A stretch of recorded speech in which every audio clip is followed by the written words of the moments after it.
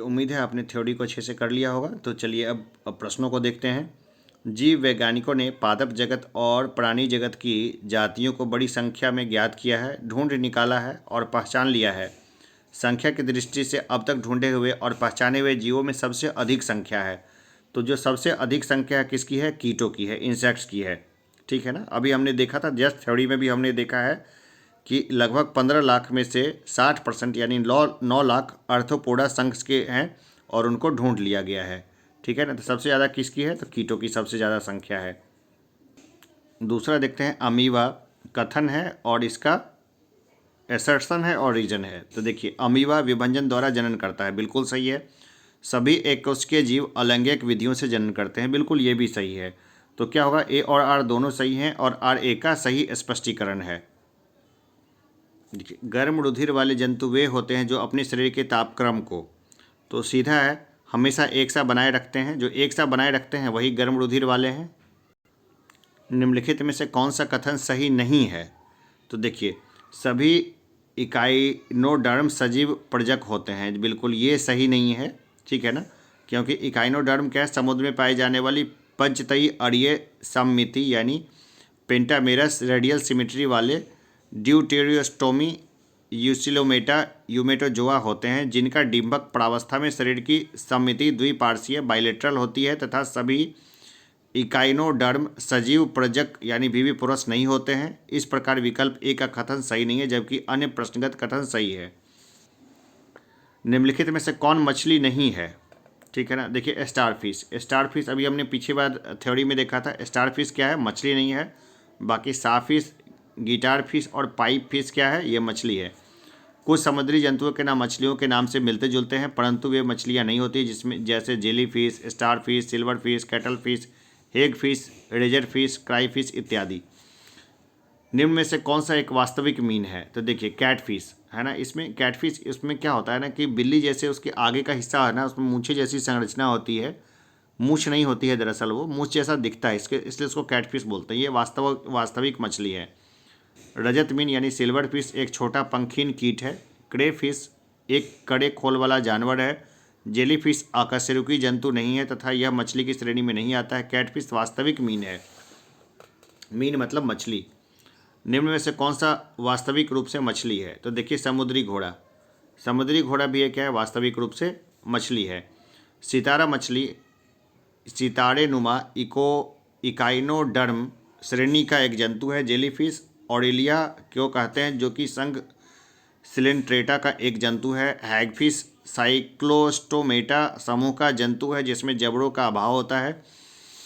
यह भी वास्तविक मछली नहीं है। समुद्री घोड़ा सी हॉर्स या अश्वमीन हिप्पोकैम्पस को कहते हैं, जो कि एक वास्तविक अस्थिल मीन यानी बोनी फिश है। निम्नलिखित में से कौन सा एक मछली है? देखिए, समुद्री घोड़ा। समुद्री घोड़ा क्या है? एक मछली है। सबसे बड़ा स्तनपायी कौन सा है? तो यह है व्हेल मछली। इसमें भी कौन सा है? Blue whale. ब्लू व्हेल सबसे बड़ा है, लगभग 33 मीटर और 180 मीट्रिक टन का होता है ये। व्हेल निम्न वर्गों में से किस वर्ग का प्राणी है? तो देखिए, स्तनपायी है। ये बच्चों को जन्म देता है व्हेल और उसको दूध पिलाता है। निम्न में से कौन सा स्तनपायी है? तो व्हेल।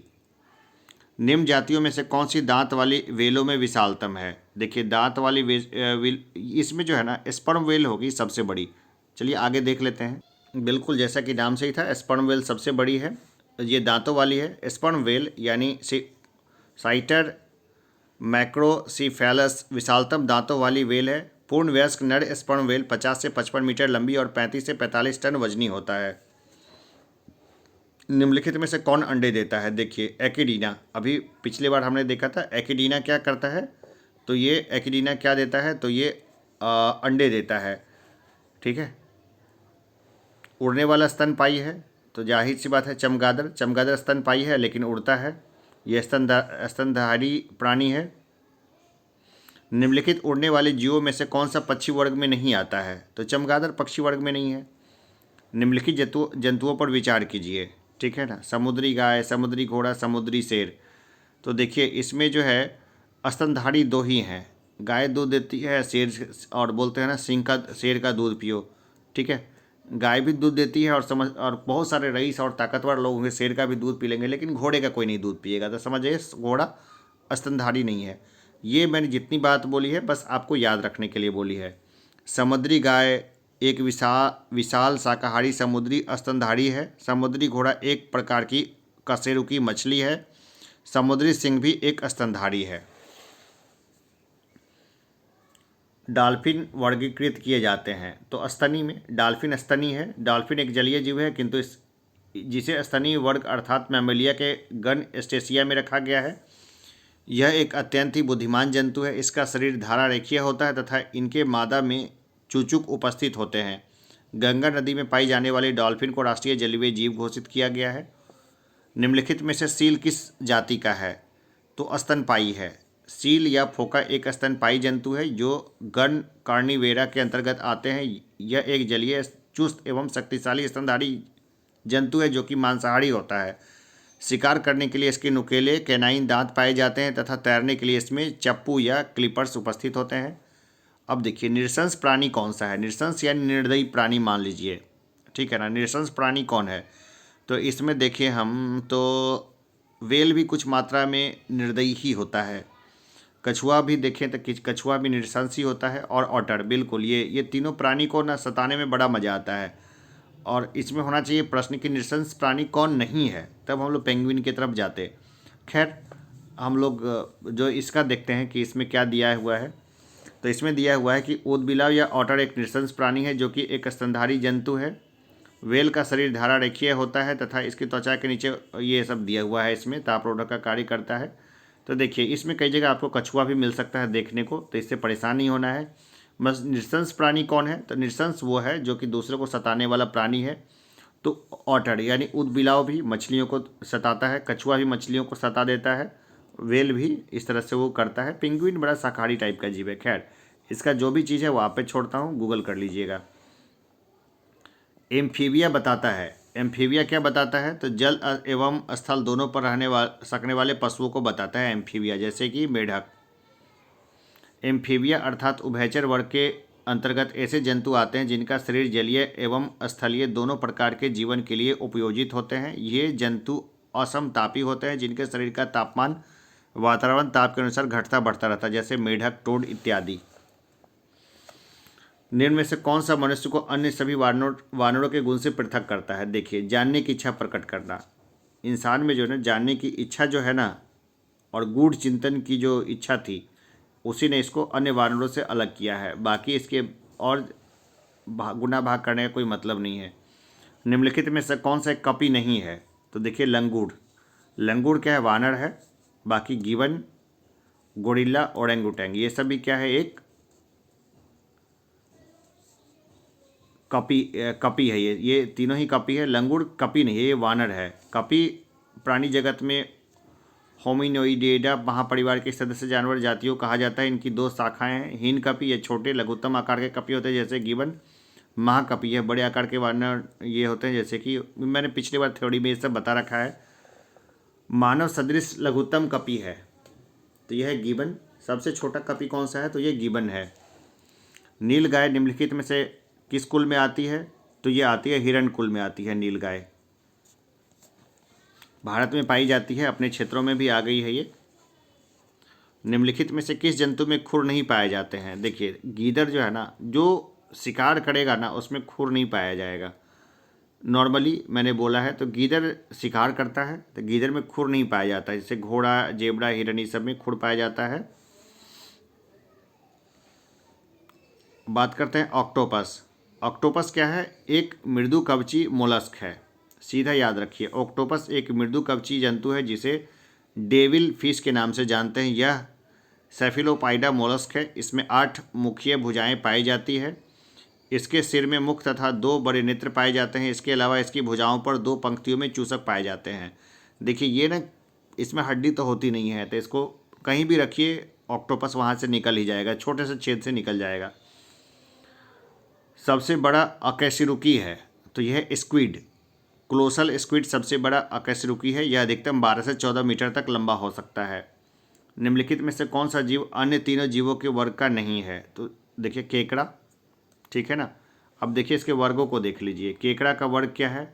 और मेलेकोस्ट्रा, केकड़े का वर्ग मेलेकोस्ट्रा। बड़ूथी का वर्ग एरेक्निडा, बिच्छू का वर्ग एरेक्निडा, मकड़ी का वर्ग एरेक्निडा। स्पष्ट है कि केकड़ा अन्य तीनों जीवों के वर्ग का नहीं है। वाइट लेग हॉर्न एक किस्म है। इस चीज़ की किस्म है तो वो कुक्कुट की किस्म है। वाइट लेग हॉर्न है, कुक्कुटों की एक किस्म है। टिक और माइट वास्तव में होते हैं तो ये मकड़ी वंशीय होते हैं। टिक तथा माइट वास्तव में मकड़ी वंशीय होते हैं जो कि एरेनी गण के अंतर्गत आते हैं। इनके उपांग संधि युक्त होते हैं तथा इनका शरीर द्विपार्श्वीय एवं त्रिपार्श्वीय होता है। अधिकांश टिक कशेरुकी जीवों के बाह्य परजीवी होते हैं जबकि माइट्स परजीवी तथा स्वतंत्र जीवी होते हैं। जुगनू होता है एक कीट है। जुगनू निम्नांकित में से कौन सा कीट नहीं है? तो देखिए मकड़ी कीट नहीं है, ठीक है ना। वो क्या है कि मकड़ी एवं एरेक्निडा तथा क्रम एरेनी का एक जंतु है जो कि उदर के पश्च भाग में स्थित ग्रंथियों के स्राव से जाला बनाती है। सभी मकड़ियाँ परभक्षी होती है।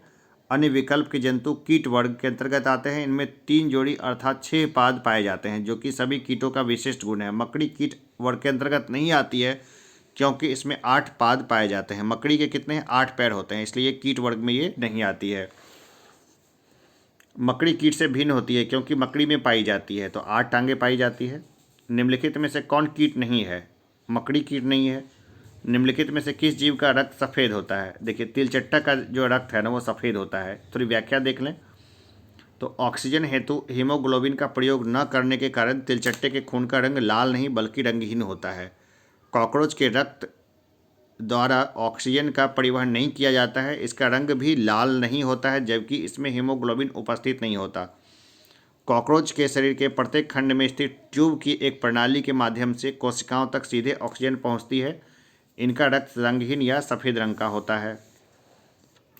जब चींटियां काटती है तो वे अंतर निक्षेपित करती है तो फॉर्मिक अम्ल, तो फॉर्मिक अम्ल के कारण जो है जलन महसूस होती है। मकड़ी द्वारा उत्पादित रेशम कहलाता है, ये कहलाता है गौसमी रेशम। तो मकड़ियों द्वारा उत्पादित रेशम गौसमी रेशम कहलाता है।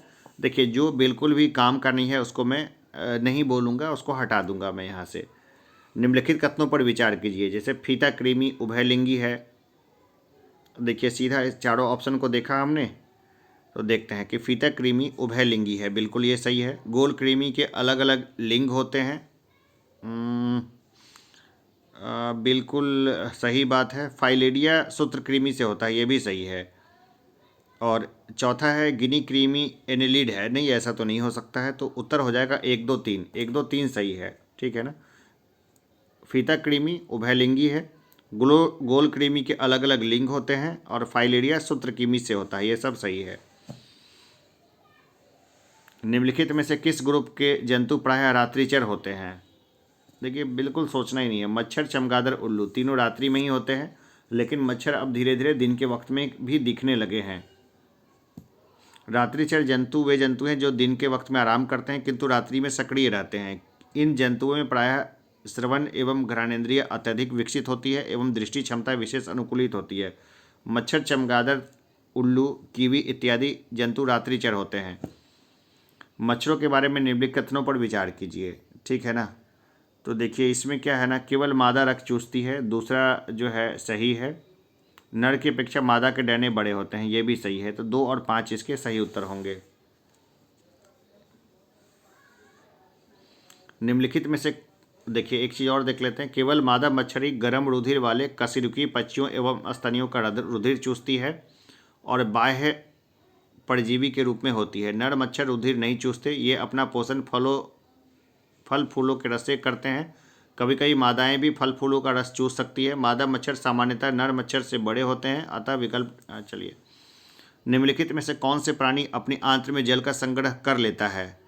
तो देखिए ऊँट, ऊँट जो है ना रेगिस्तान का जहाज, ये स्पेशली अडेप्टेड है, ये कर लेता है।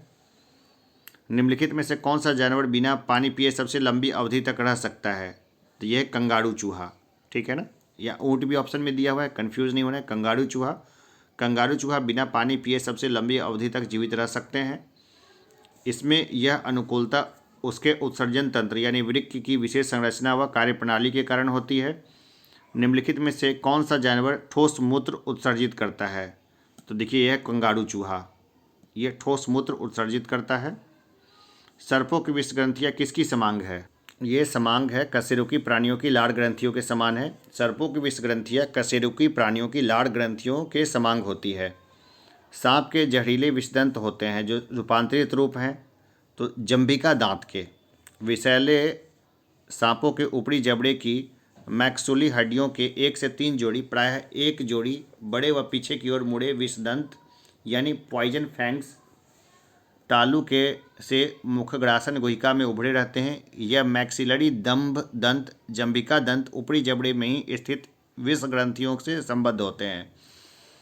चट्टान पर उगने वाले पादप कहलाते हैं। तो ये कहलाते हैं शैलोद्भिद।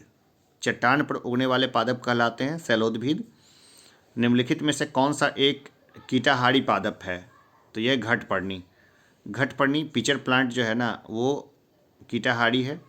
घटपर्णी के निम्नलिखित भागों में से कौन सा एक घट में रूपांतरित होता है? तो देखिए पत्ता। पत्ता जो होता है ना उसी में अम्ल होता है जिसके अंदर वो कोई भी जानवर जाता है ना तो उसको अंदर में उसको चूस लेते हैं और बाद में उसको जो है ना नाइट्रोजन उसी से प्राप्त कर लेते हैं, क्योंकि हम जानते हैं कि जो कीड़े होते हैं ना उसमें नाइट्रोजन होते हैं। निम्नलिखित में से कौन सही रूप में सुमेलित नहीं है?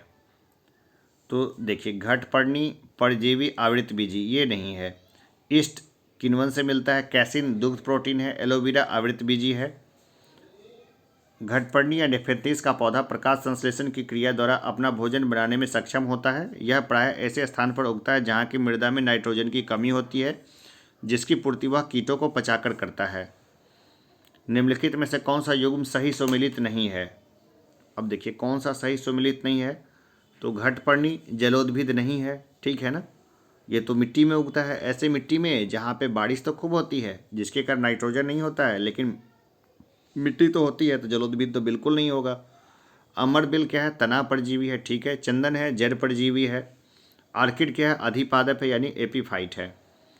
घटपर्णी यानी नेफेंथिस कुल का कीटभक्षी पौधा है। ये पौधे मुख्यतः शाक होते हैं और दलदली या अधिक नम स्थानों पर उगते हैं। जलोद्भिद से आशय अंशतः अर्थात अथवा पूर्णतः जल निमग्न पौधों से है। इस प्रकार के पौधे जलीय पर्यावरण में रहने एवं विकसित होने के लिए अनुकूलित होते हैं। चंदन आंशिक मूल परजीवी होता है।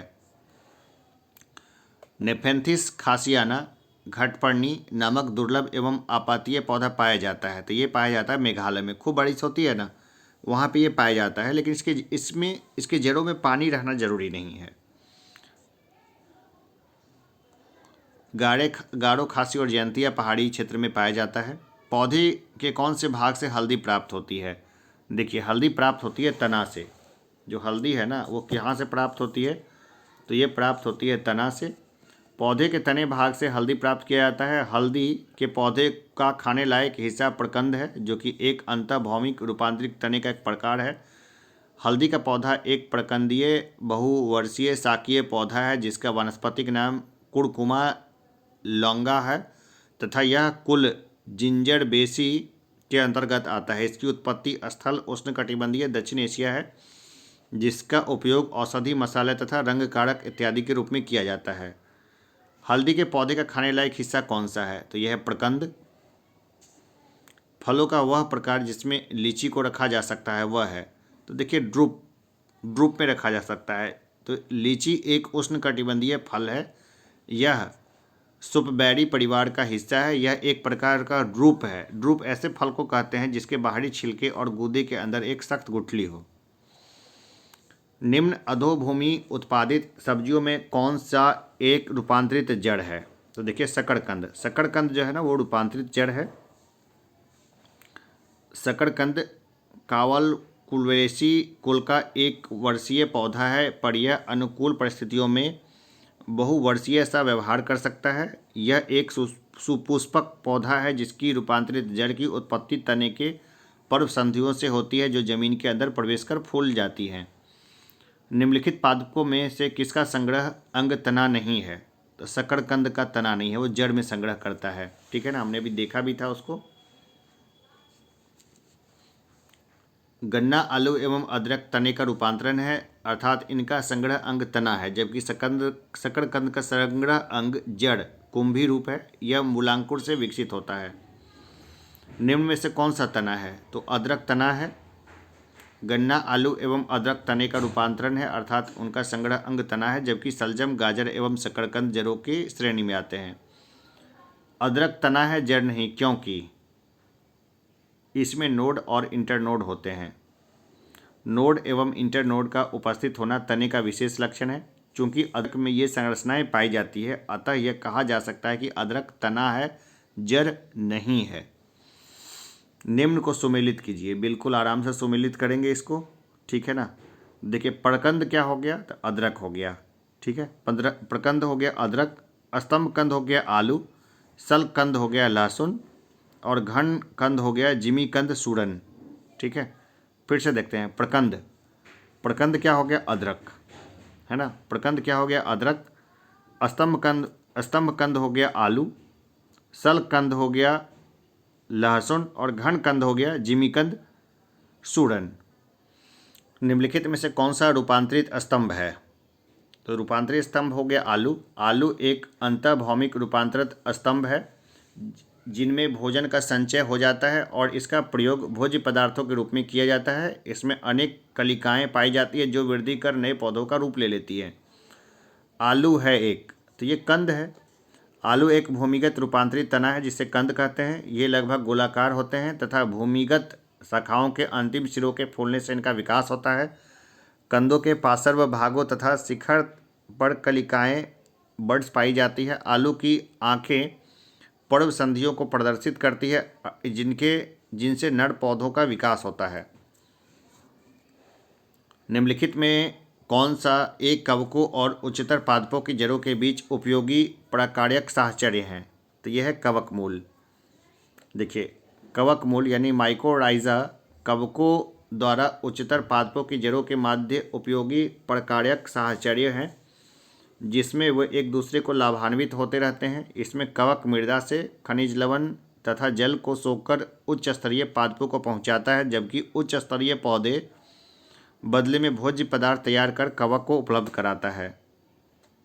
माइकोराइजा एक सहजीवी संबंध है, तो ये कवक और पौधों के मध्य है। ये फलीदार पादपों की जड़ों में उपस्थित गांठों में पाए जाने वाले नत्रजन स्थिरीकरण जीवाणु हैं, तो ये हैं सहजीवी। फलीदार पादपों की जड़ों में गांठों यानी नोडुल्स में पाए जाने वाले विशेष जीवाणु राइजोबियम सहजीविता का जीवन यापन करते हैं, जहां एक और ये जीवाणु नाइट्रोजन यौगिकरण द्वारा नाइट्रोजन को नाइट्रेट में बदलकर पौधों को उपलब्ध कराते हैं। वहीं पर दूसरी ओर यह फलीदार पौधा इन्हें आवास तथा भोजन उपलब्ध कराता है। मटर पौधा है, तो ये शाक है, ठीक है ना। मटर क्या है? ये एक शाक है।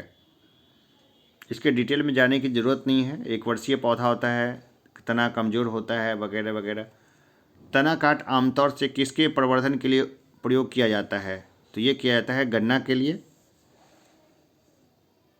लौंग है, ठीक है। लौंग क्या है? तो बंद कलियां हैं। लौंग क्या है? तो बंद कलियां हैं लौंग, ठीक है। इसको डिटेल से जाने की इसकी ज़रूरत नहीं है क्योंकि हम लोग इसको देख चुके हैं पहले ही।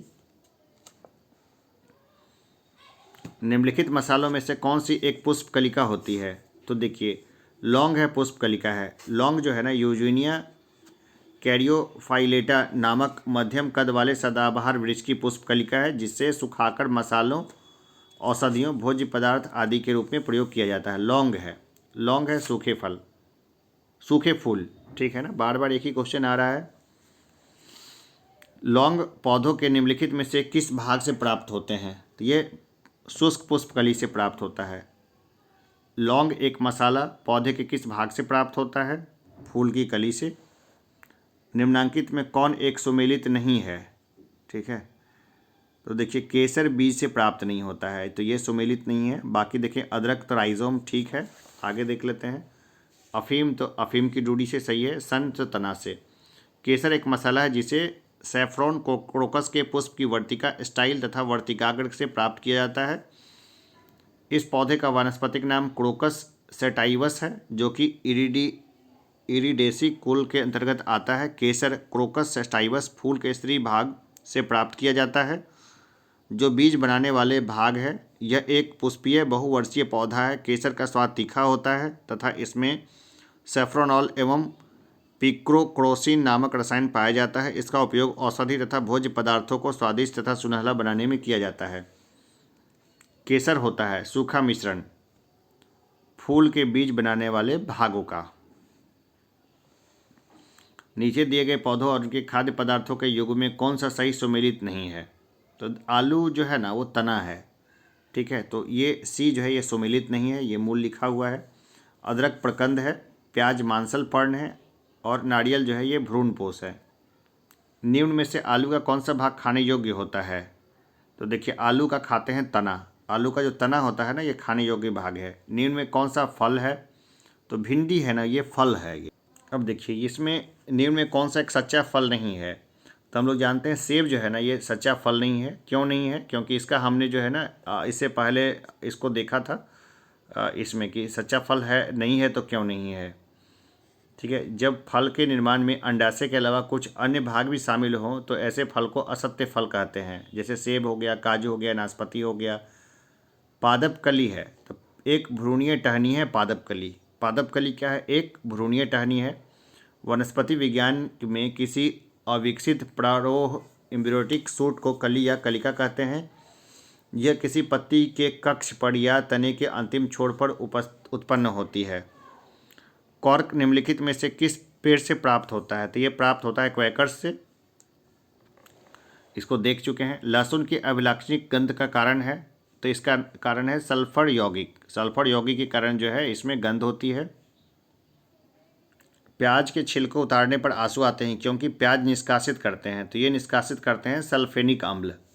प्याज काटने पर सिंथेज नामक एंजाइम निष्कासित होता है। सिंथेज एंजाइम प्याज में उपस्थित सल्फॉक्साइड एमोनो अम्ल को सल्फेनिक अम्ल में परिवर्तित कर देता है। अस्थायी सल्फेनिक अम्ल अपने को पुनः व्यवस्थित कर सिन प्रोपेंथिल एस ऑक्साइड का निर्माण करते हैं जो आंखों में आंसू उत्पन्न करता है। जीवन चक्र के दृष्टि से पौधे का सबसे महत्वपूर्ण अंग है, तो ये पुष्प है। अभी पिछली बार हमने देखा था, क्योंकि जीवन चक्र में पौधे का सबसे महत्वपूर्ण अंग पुष्प है।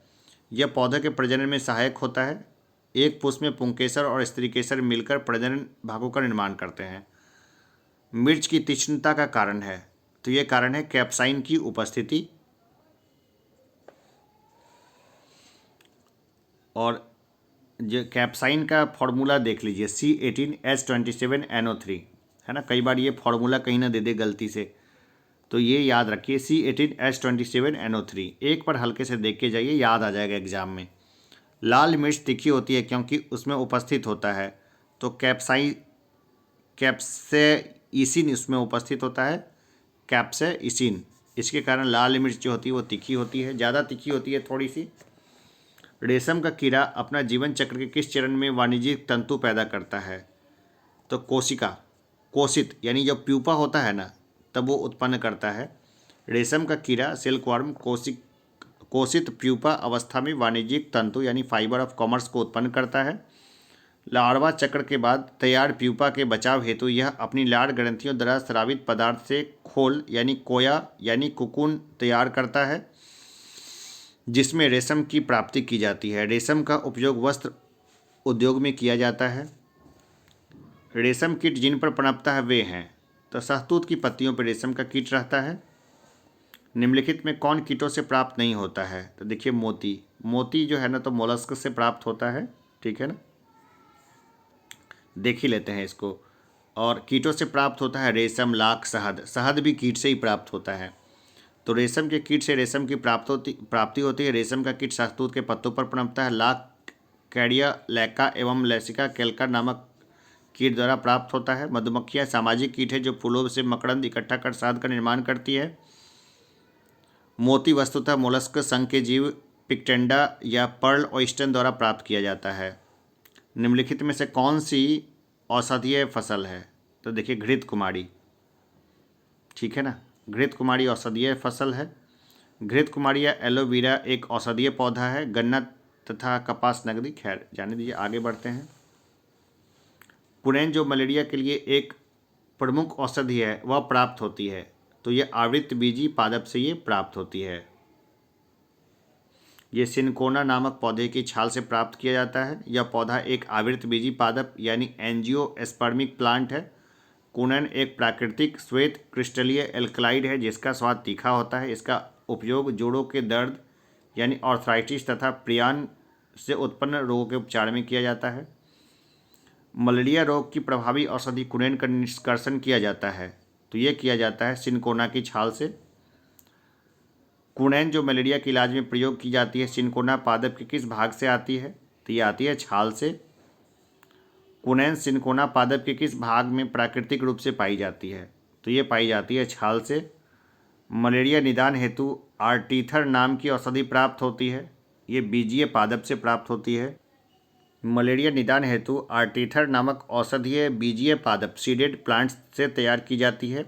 एट्रेविन, क्लोरोक्वीन इत्यादि औषधियाँ भी मलेरिया निदान हेतु प्रयोग की जाती है। सिनकोना की छाल से प्राप्त औषधि को मलेरिया के उपचार के लिए प्रयोग किया जाता है। जिस कृत्रिम औषधि ने इससे प्राकृतिक उत्पाद को प्रस्थापित किया है वह है क्लोरोक्वीन। तो कुनैन नामक एल्केलाइड सिनकोना पौधे की छाल से तैयार की जाती है जो कि मलेरिया रोग के उपचार में उपयोगी है, किंतु क्लोरोक्वीन नामक कृत्रिम औषधि ने इस प्राकृतिक उत्पाद को प्रतिस्थापित किया है क्योंकि इसका भी उपयोग अब मलेरिया उपचार के लिए किया जाता है। कोरोना रोगियों के उपचार के लिए प्रयुक्त हाइड्रोक्सी क्लोरोक्वीन दवा निम्नलिखित में से किस पौधे की छाल से प्राप्त होता है? तो देखिए, कोरोना रोगियों के उपचार के लिए प्रयुक्त ये वाला मामला तो थोड़ा सा दिक्कत ही है, अभी आराम से देखेंगे। सिनकोना बोल सकते हैं लेकिन आगे इसको देखेंगे, इसमें भी स्टार लगा हुआ है फिलहाल। तो जो आएगी डिटेल मैं बता दूंगा। निम्न में से कौन से समूह के जीवों का डूबने से मृत्यु का पता लगाने में महत्व है? तो देखिए, डाइटम का एक कोशिकीय डाइटम जीव समूह का प्रयोग सालुइन 350 परीक्षण में डूबने से हुई मृत्यु का पता लगाने में किया जाता है। सहतूत का फल है, तो ये सोरोसिस है। सहतूत का फल सोरोसिस कहलाता है। यह एक प्रकार का बहु या मिश्रित फल है। अनानास तथा कटहल के बीज भी सोरोसिस कहलाते हैं। निम्न रेशों में से कौन पौधे के तने का उत्पाद नहीं है? तो देखिए, कपास नहीं है, ये बीज से उत्पन्न होता है ना, इसलिए वो है। कपास जो होता है ना, तो बीज के आसपास का क्षेत्र होता है। बाकी सन, पटसन, जूट ये सब जो है रेशे तने से प्राप्त होता है। लेग हीमोग्लोबिन पाई जाती है, तो ये पाई जाती है लेग्यूम मूल ग्रंथियों में।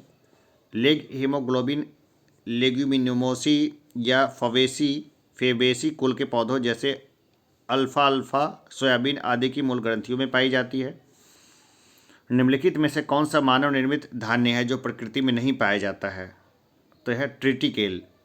ट्रिटिकेल मानव निर्मित अनाज या धान्य है जो कि प्रकृति में नहीं पाया जाता है। वैज्ञानिकों ने इस संकर पौधे को प्रयोगशाला में गेहूं यानी ट्राइटोकुम या राई सीस्केल को परस्पर संकरण करके तैयार किया है। इस संस्करण में गेहूं के मादा तथा राई के नर भाग का उपयोग किया जाता है। इसका अनाज मूलतः स्वीडन तथा स्कॉटलैंड द्वारा उत्पन्न किया जाता है, जिसका मुख्यतः पशुओं के चारे में के लिए उपयोग किया जाता है। इसे रोटी अच्छी नहीं बनती है।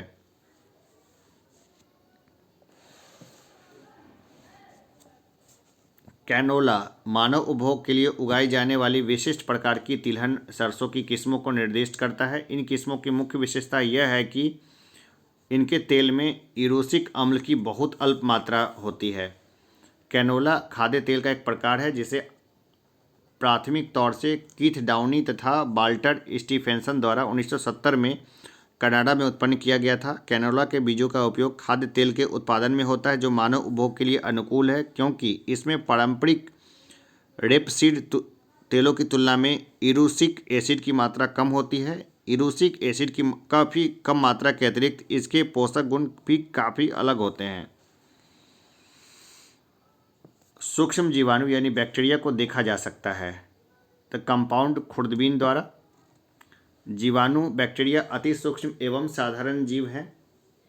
इनकी लंबाई 2 से 4 माइक्रोन तक होती है। यह जीवाणु 60 माइक्रोन तक की लंबाई के होते हैं।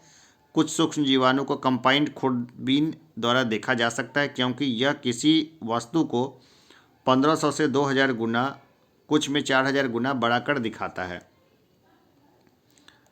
स्पॉन्जी टिश्यू एक ऐसी गंभीर समस्या है जिसके कारण आम की जिस प्रजाति का निर्यात को प्रभावित हो रहा है वह है तो अल्फांसो। स्पॉन्जी टिश्यू एक ऐसा विकार है जो फलों मुख्यतः अल्फांसो आम की गुणवत्ता को प्रभावित करती है। इस विकार के कारण आम कच्चे एवं अम्लीय रह जाते हैं। अब ये देखिए एसर्शन और रीजन को देखते हैं कि कुछ जीवाणु अपना भोजन संश्लेषित कर सकते हैं।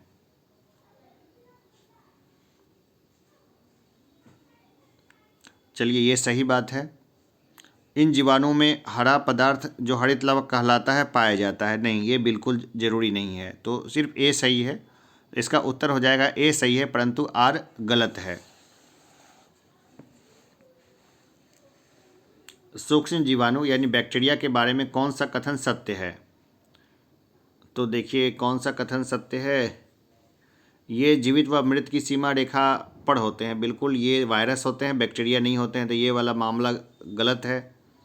ये वनस्पति व जानवर की सीमा रेखा पर होते हैं। बिल्कुल, ये भी गलत है।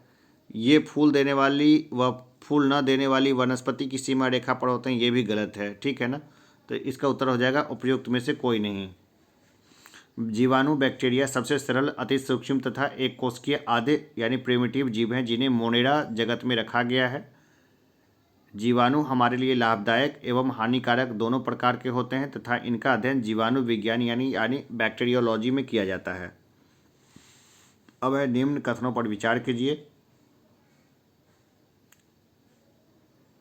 मरुस्थलीय पौधों के जड़ तंत्र काफ़ी लंबे होते हैं। बिल्कुल सही बात है। मृदा का उच्च तापमान जड़ विकास को प्रोत्साहित करता है। बिल्कुल ये गलत है। ए सही है, लेकिन आर पूरी तरह से गलत है। मरुस्थलीय पौधे की जड़ें लंबी होती है क्योंकि जड़ों पानी की तलाश में लंबी हो जाती है। पानी की तलाश में ये जड़ें लंबी हो जाती है। मरुस्थल में फ्रिएटोफोकस मिलते हैं, यानी ऐसे पादप जिनमें तो लंबी यानी 20 से 30 फीट मूसल जड़ी होती है। देखिए फ्रिएटोफाइटस मरुस्थल में पाए जाने वाले पौधे होते हैं जिनमें जल को सिंचित रखने के लिए विशिष्ट तरीके विकसित हो जाते हैं। इन पौधों की जड़ें अत्यधिक लंबी होती है जो भूमि में काफ़ी गहराई तक जाकर पानी को अवशोषित करती हैं।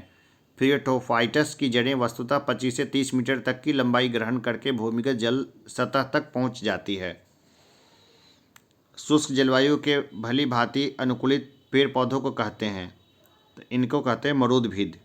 जो मरुद्भिद होते हैं ना, वो शुष्क जलवायु के अकॉर्डिंग वो बन जाते हैं। वो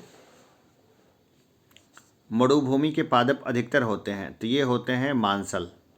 मरुभूमि में पाए जाने वाले जो है ना जल को संचित रखते हैं, इसलिए मांसल हो जाते हैं और स्थूल होते हैं। पौधे जो नमक युक्त मिट्टी में उगते हैं को क्या कहते हैं? तो इनको कहते हैं हेलोफाइट्स। लवण मृदोद्भिद यानी हेलोफाइट्स उन पादपों को कहते हैं जो उच्च लवण युक्त जल में पैदा होते हैं। निम्नलिखित कथनों पर विचार कीजिए।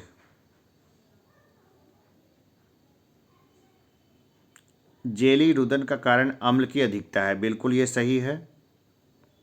गन्ने के लिए सर्वाधिक अनुकूल जैव उर्वरक राइजो, नहीं ये तो चावल के लिए है, तो दूसरा नहीं होगा।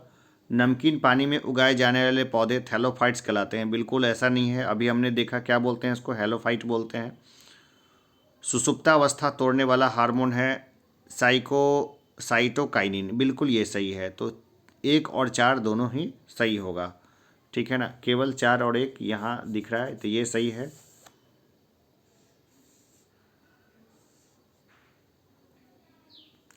एपीफाइटस वे पौधे हैं जो अन्य पौधे पर निर्भर हैं तो यांत्रिक अवलंब के लिए।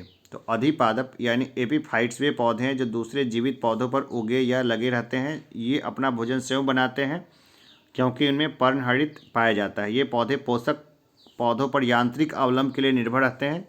इन्हें वायवीय पादप यानी एरियल प्लांट्स भी कहा जाता है क्योंकि इनके जड़ें मृदा में नहीं लगी रहती हैं। इसके अंतर्गत आर्किड्स के पौधे आते हैं। जल की अधिकतम मात्रा जिसकी पौधों को आवश्यकता होती है वह उसे अवशोषण निम्न के माध्यम से करते हैं। तो जड़ों के बालों से करते हैं। हाइड्रोफाइट कहते हैं एक जलीय पौधे को। हाइड्रोफाइट किसको बोलते हैं? एक जलीय पौधे को। पौधे द्वारा ली गई विकिरण ऊर्जा निम्न परिणाम देती है। तो जल का प्रकाश अपघटन करती है। तो पौधे द्वारा ली गई विकिरण ऊर्जा रेडिएंट एनर्जी का परिणाम जल का प्रकाशीय अपघटन होता है, जिसमें जल के अणु टूटकर हाइड्रोजन तथा ऑक्सीजन गैस बनाते हैं और इसमें H2 आयन इलेक्ट्रॉन वाहक का कार्य करता है। जल का प्रकाशीय अपघटन प्रकाश कण में संपन्न होता है। निम्न में किसका सही सुमेल नहीं है? तो देखिए, तृणभक्षी गौण उपभोक्ता, ये गलत है, ठीक है ना। बाकी सब सही है कि सब जीवी उत्पादक हैं, परोपजीवी उपभोक्ता हैं और मृतोपजीवी विबंधक हैं। प्रथम पोषक स्तर के अंतर्गत आते हैं तो ये आते हैं हरित पादप। आर्की बैक्टीरिया के एक समूह के उत्पादन को किसके लिए उपयोग में लाया जाता है? तो ये मीथेन के उत्पादन में लाया जाता है। ये आर्की बैक्टीरिया के लक्षण सामान्यतः जीवाणुओं से भिन्न होते हैं। इसमें मीथेनोजेंस समूह अवायवीय होते हैं तथा ये दलदल वाले स्थानों और पशुओं के रूमेन में पाए जाते हैं। इसका उपयोग मीथेन के उत्पादन में होता है। मीथेन ग्रीन हाउस गैस है। अधिकांश कीट श्वसन करते हैं तो ये करते हैं वातक तंत्रों से। जमी हुई झीलों के अंदर मछलियाँ जीवित रह सकती हैं क्योंकि देखिए, सिर्फ जो है तलों के निकट पानी नहीं जमता है, ठीक है, सिर्फ ऊपर का हिस्सा जमता है, नीचे का पानी नहीं जमता है। जल से बाहर निकल ली जाने पर मत्स्य मर जाती है क्योंकि श्वसन नहीं कर पाती है, क्योंकि ये सिर्फ गलफड़ों से श्वसन कर पाती है ना, तो इसलिए वो बाहर निकलने पर उनकी डेथ हो जाती है। बाकी काम का नहीं है इसका डिस्क्रिप्शन। मछलियों में सामान्यतः श्वसन होता है तो ये श्वसन होता है गलफड़ों द्वारा। सेब के फल में लाली का कारण है तो ये है एंथोसाइनिन। सेब के फल में लाली का कारण एंथोसाइनिन नामक वर्णी लवक हैं। लाल नारंगी रंग के वर्णक जैसे कैरोटीन गाजर में, टमाटर में, लाइकोपिन वर्णक पीले रंग के वर्णक जैसे जेंथोफिल हल्दी में तथा चुकंदर में विटामिन वर्णक होते हैं। टमाटर के लाल रंग का कारण है तो यह है लाइकोपिन। पपीते में पीले रंग का कारण है तो ये है कैरिका जैंथिन। पपीते का वानस्पतिक नाम कैरिका पपाया है। इसमें कैरोटीन प्रचुर मात्रा में पाया जाता है जो कि विटामिन ए का प्रीकर्सर होता है। इसमें उपस्थित पपेन एंजाइम प्रोटीन के पाचन में सहायक होता है। पपीते में उपस्थित कैरिका जैंथिन वर्णक के कारण इसका रंग पीला होता है। हाल ही में हमारे वैज्ञानिकों ने केले के पौधे की एक नई और भिन्न जाति की खोज की है जिसकी लंबाई 11 मीटर तक जाती है और इसके फल का गूदा नारंगी रंग का है। यह भारत के किस भाग में खोजी गई है? तो देखिए, ये अंडमान द्वीप में खोजी गई थी। ये काफ़ी पुरानी बात हो गई, ठीक है ना। ये अंडमान में खोजी गई थी तो अभी इसके बारे में डिटेल से हम लोग को देखने की ज़रूरत नहीं है फ़िलहाल। तो निम्न में से जीवित प्राणियों का कौन सा समूह एक ही स्पीशीज से संबंधित है? तो देखिए, चीनी, अमेरिकी, भारतीय तथा काले अफ्रीकी, ठीक है ना, ये सभी मनुष्य हैं तो ये वाला हो गया। खमीर एक उदाहरण है तो ये उदाहरण है कवक का। ईस्ट और मशरूम है तो ये फफूंद है, ठीक है ना। हम लोग सब कुछ खाते हैं, फफूंद भी खा जाते हैं। अब बताइए, कीट खाते हैं कि नहीं खाते हैं? मशरूम क्या है? तो मशरूम क्या है? कवक है। रसेदार सब्जी में प्रयोग होने वाला मशरूम होता है तो ये होता है कवक। कपास का प्रमुख घटक है तो ये होता है सेल्यूलोज, ठीक है। कपास का ये प्रमुख घटक है। कपास का प्रमुख रासायनिक घटक सेल्यूलोज है जिसकी मात्रा 91 से 94% होती है। इसमें जल लगभग 6 से 8% तथा सूक्ष्म मात्रा में वसा, प्रोटीन, प्रोटोप्लाज्म, खनिज लवण आदि पाए जाते हैं।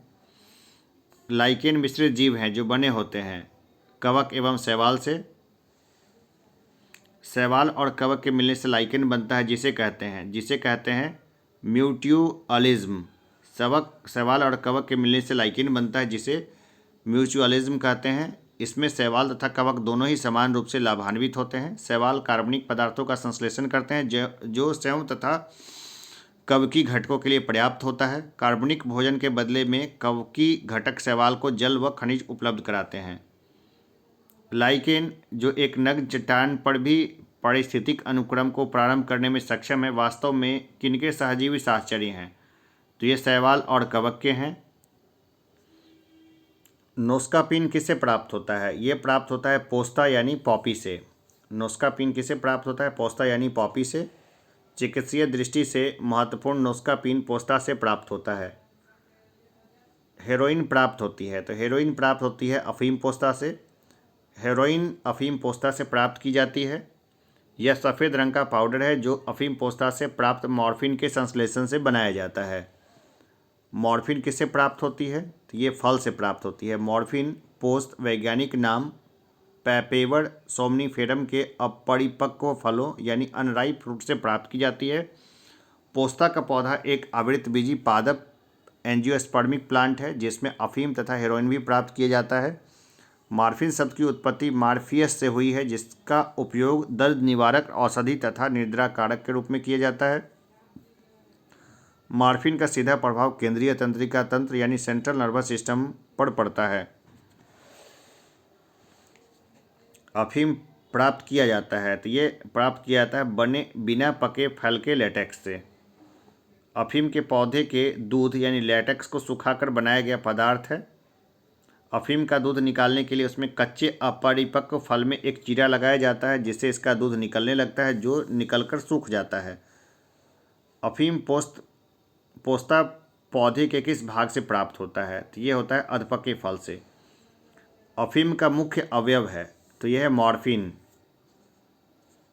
पैपेवर सोमनीफेरस पैपेवरेसी कुल का प्रमुख पौधा है। इसका परिपक्व कैप्सूल के दूधिये लेटेक्स से अफीम अर्थात ओपियम प्राप्त किया जाता है। अफीम से अनेक एल्केलाइड जैसे मॉर्फिन, कोडीन, पैपेरिन आदि प्राप्त किया जाता है। अफीम में मुख्यतः मॉर्फिन नामक एल्कोलाइड पाया जाता है। अफीम अनेक औषधियों में शांतिकर के रूप में प्रयुक्त की जाती है।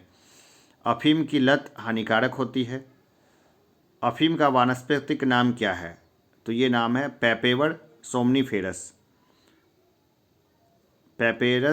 पैपेवर सोमनीफेरम। देखिए, यहाँ से एग्ज़ाम में बहुत प्रश्न पूछे गए हैं और यहाँ से अगर आप देख लीजिएगा ना, अगर आप देख रहे हैं इस लेक्चर को, इतना बोरिंग लेक्चर को देख रहे हैं, तो यकीन मानिए कि आपका सिलेक्शन पक्का है।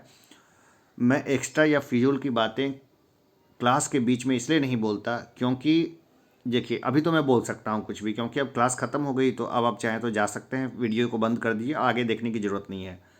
लेकिन अगर आप सुन रहे हैं तो मैं ये बताना चाहूँगा कि अगर आप इसको रिवीजन करेंगे ना, जैसे 2x स्पीड पे या 1.5x स्पीड पे या 1.25x स्पीड पे, एक बार तो आपको अच्छा लगेगा, लेकिन सेकेंड टाइम रिवीजन में जो है ना, मैं एक्स्ट्रा बातें बीच में बोलूँगा ना, तो ना आपको मेरे जोक पे हंसी आएगी, ना ही किसी और चीज़ पे आपको लगेगा, वो पूरा लेक्चर ही अजीब लगेगा। तो आप दोबारा रिवाइज कर लें, इसलिए मैं एक्स्ट्रा कोई भी बातें इसमें बोलता नहीं हूँ। तो चलिए, अभी के लिए इतना ही। फिर आगे हम फिर इसी तरह जो है ना, वो पूरी की पूरी जो है ना सार संग्रह में करा दूंगा। चलिए, अभी के लिए इतना ही। धन्यवाद।